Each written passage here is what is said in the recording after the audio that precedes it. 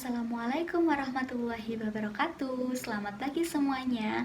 Perkenalkan, nama saya Nikmatul Aziza Ramadhani, biasa dipanggil Ima. Saya dari Pendidikan Biologi UMM angkatan 2017. Apa kabar kalian semuanya? Mudah-mudahan kalian di sana dalam keadaan sehat walafiat ya. Nah, untuk melanjutkan pembelajaran hari ini, alangkah lebih baiknya kita berdoa bersama-sama terlebih dahulu agar diberikan kelancaran dalam pembelajaran hari ini.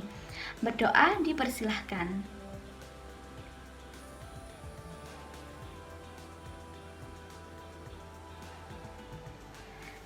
Berdoa selesai. Pelajaran hari ini kita akan membahas tentang jaringan hewan. Minggu lalu kalian telah membahas tentang jaringan tumbuhan. Nah, apa saja sih yang akan kita bahas kali ini? Mari kita simak dulu tujuan pembelajarannya. Yang pertama, melalui kegiatan pengamatan video, siswa dapat menjelaskan jaringan epitel dan jaringan ikat dengan tepat. Yang kedua, melalui kegiatan diskusi, siswa dapat menganalisis perbedaan jaringan epitel dan jaringan ikat dengan benar. Yang ketiga, melalui kegiatan pengamatan, siswa dapat menganalisis keterkaitan hubungan antara struktur sel jaringan hewan dengan fungsi organ pada hewan dengan benar dan tepat. Dan yang terakhir, siswa dapat mengimplementasikan pengetahuannya dalam bentuk kreativitas berupa skema dengan baik. Langsung saja kita ke materinya. Jaringan hewan sebetulnya terbentuk atas 4 jaringan. Yang pertama ada jaringan epitel yang akan kita bahas hari ini. Yang kedua ada jaringan ikat yang akan kita bahas juga. Yang ketiga ada jaringan otot dan jaringan saraf yang akan dibahas minggu depan. Langsung saja, yang pertama ada jaringan epitel. Jaringan epitel adalah jaringan yang melapisi permukaan tubuh, membatasi rongga tubuh dalam, serta melekat pada rongga tubuh. Nah, fungsi dari jaringan epitel ini sendiri adalah dia melindungi jaringan yang ada di bawahnya, kemudian sebagai sekresi enzim, absorpsi sari makanan, dan pertukaran zat antar jaringan.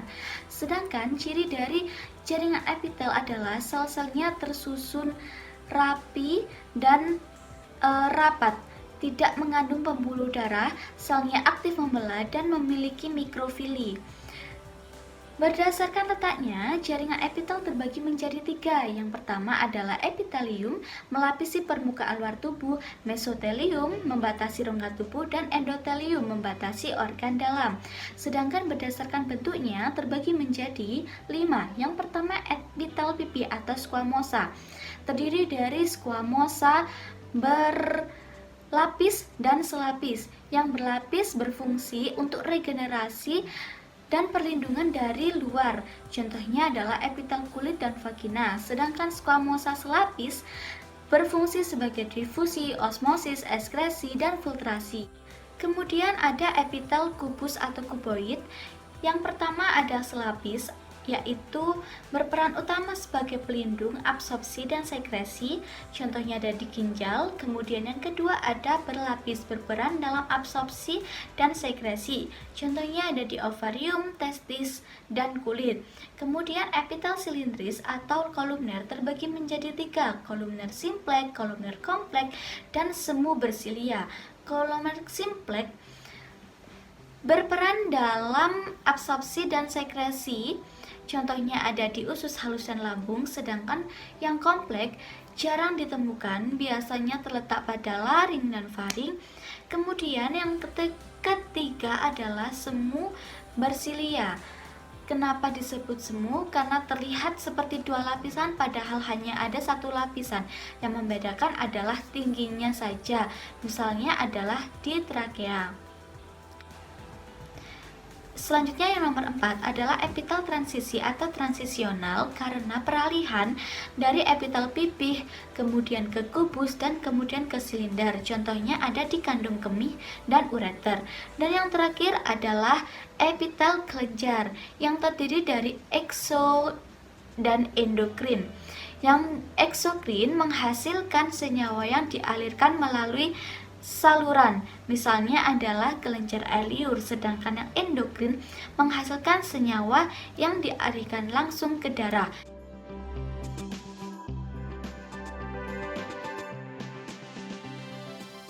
Nomor 2, kita akan membahas tentang jaringan ikat. Jaringan ikat yang pertama, jaringan ikat ini berfungsi mengikat jaringan-jaringan yang lain. Nah, di dalam jaringan ikat terdapat matriks dan serat atau serabut. Matriks adalah bahan dasar, tempat sesuatu melekat atau komponen cair yang terdiri dari serabut dan bahan dasar yang membuat matriks. Serat ada 3, serat kolagen, serat elastis, dan retikuler. Serat kolagen berwarna putih, elastis berwarna kuning, dan retikuler berwarna seperti kolagen. Dapat dilihat perbedaannya pada gambar di sebelahnya. Jaringan ikat terbagi menjadi 2. Yang pertama adalah padat dan yang kedua adalah longgar. Jaringan ikat padat seratnya lebih banyak dan rapat daripada bahan dasarnya, misalnya adalah tendon. Yang kedua, seratnya lebih longgar, berfungsi untuk memberi bentuk. Kemudian jaringan lemak atau adiposa terletak di bawah kulit kita untuk menyimpan lemak kita dan melindungi organ dalam kita dari benturan atau gesekan. Selanjutnya ada jaringan tulang, yakni adalah 2, jaringan tulang rawan kartilago yakni hialin, contohnya epiglotis, elastis contohnya daun telinga, dan fibrosa contohnya adalah tulang belakang. Selanjutnya yang kedua adalah tulang sejati atau osteon. Nah, kemudian ada jaringan darah yang terbagi menjadi 2, yakni adalah plasma darah. Kemudian yang kedua adalah sel-sel darah.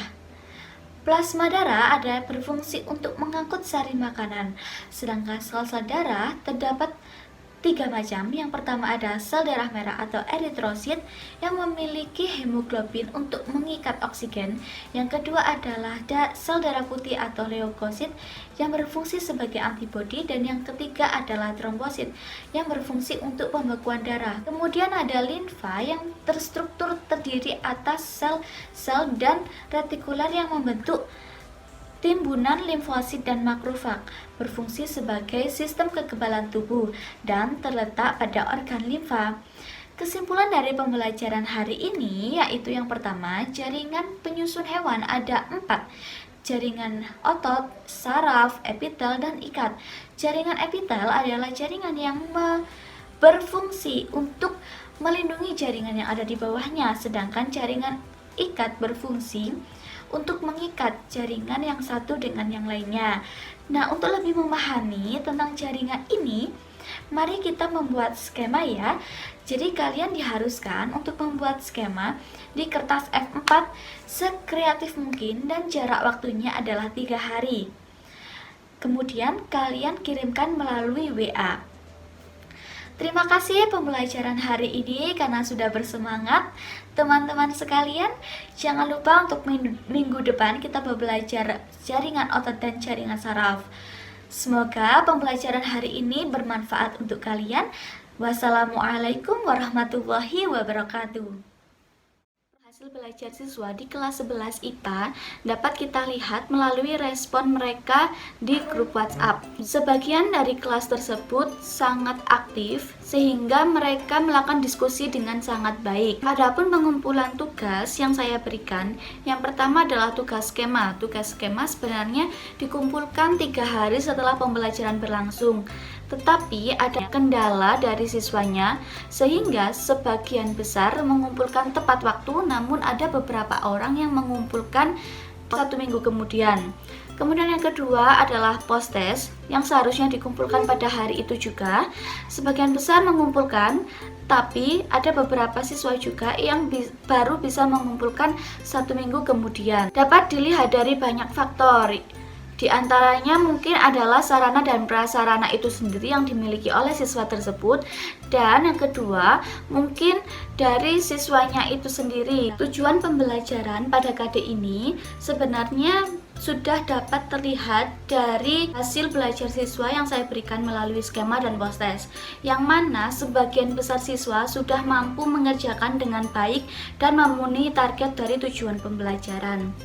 Terima kasih. Wassalamualaikum warahmatullahi wabarakatuh.